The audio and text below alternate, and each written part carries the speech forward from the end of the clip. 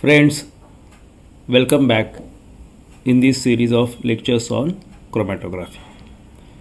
So, during our last lecture, we have seen a broad outline of the concept of chromatography, the analytical tool which is widely used in industry as well as research. So, in today's lecture, we are going to see the general principle and outline of column chromatography. So, as per the syllabus, we are supposed to learn column chromatography and its types.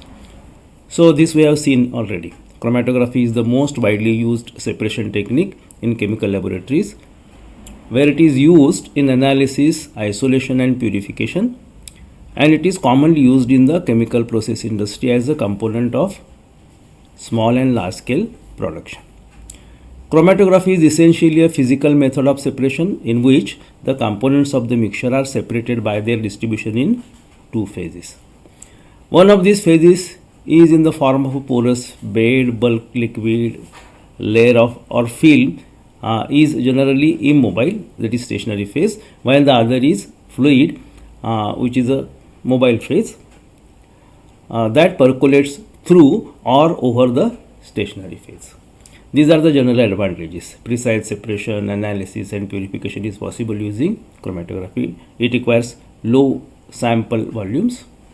It works on wide range of samples including drugs, food particles, plastics, pesticides, air, water samples, and tissue extracts. Now coming to column chromatography, the principle and general outline we are going to see in this lecture. Okay. So, what is column chromatography? So, it is a technique employed for separation of components of mixture by continuous distribution of components between two phases. As we have seen earlier, one phase is mobile phase, the other phase is stationary phase, and this activity goes on continuously. When chromatography is carried out in column, it is called as column chromatography. So, the supporting structure is a column. It is otherwise known as gravity chromatography. The first question which appears in this case is what is column chromatography. So, everything begins with definition and everything begins with questions. So, the first question is what is chromatography, we have seen. What is column chromatography is the next question. So, it is a precursory technique used in the purification of compounds based on their hydrophobicity or polarity, its solubility in water or insolubility in water. In this chromatography process, the components of the mixture are separated depending on their differential partitioning between a stationary phase and a mobile phase, or this can be differentiating distribution or adsorption also. Okay. Next question is, what is the principle involved in column chromatography?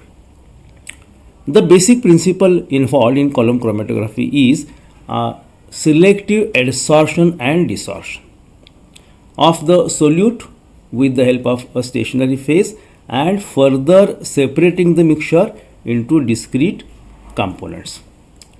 The most widely used forms of column chromatography are adsorption chromatography, partition chromatography, ion exchange chromatography, exclusion column chromatography, that is gel permeation chromatography, and affinity column chromatography. Of these, we are going to see a few in our syllabus. In adsorption, it is related to adsorption phenomenon. In partition, it is related to partition phenomenon. In ion exchange, it is related to exchange of ions. In general, it is a technique of separation in which a mobile phase carrying a mixture is caused to move in contact with selectively adsorbent stationary phase. The process is adsorption and it is selective adsorption. These are the general advantages of adsorption column chromatography, or in general column chromatography. It is one of the most simplest technique. It is less expensive because the column can be designed in routine labs. Adsorbent can be reused, recycled in another way.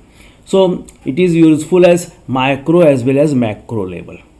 easy to carry out under normal laboratory conditions. What are the essential components we will see? One is stationary phase. It is also called as adsorbent. It is solid. Second is mobile phase. It is also known as solvent and eluent. It is liquid. Sample. It is also known as adsorbate, which gets adsorbed. Elution is the process of removing the components from the column. Eluate is the system of separated components. So, what is the concept of adsorption chromatography? Adsorption is a surface phenomenon in which the stationary phase is solid and mobile phase is liquid or gas. In such cases, it is adsorption chromatography. When a mixture of components dissolved in a mobile phase is introduced into the column, the individual components move with different rates depending upon their relative affinities. Okay. The compound with lesser affinity towards the stationary phase moves faster and it is eluted out of the column first.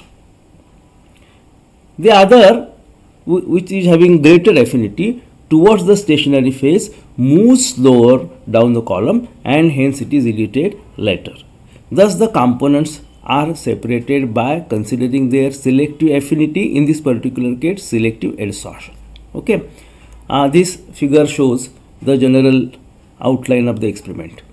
So, in the first column there is a solvent, then there is a mixture of components A, B, C. The adsorbent is stationary phase. This column is packed by using glass wool. We will see the details of the experimental setup in next lecture. Okay.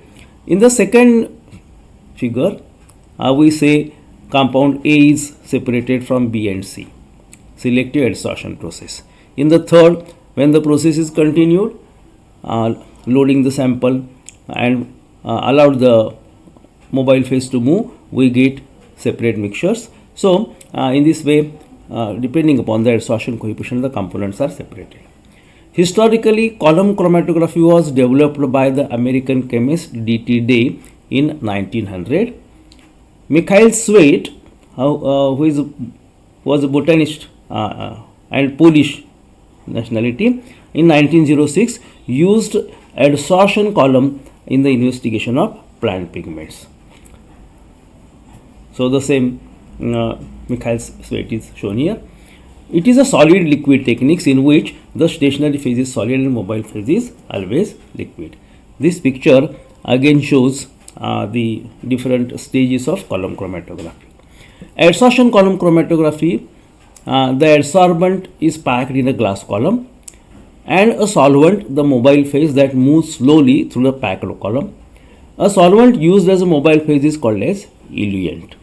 So, this shows general setup. We will see the details in a separate lecture related to instrumentation, that is total setup and function.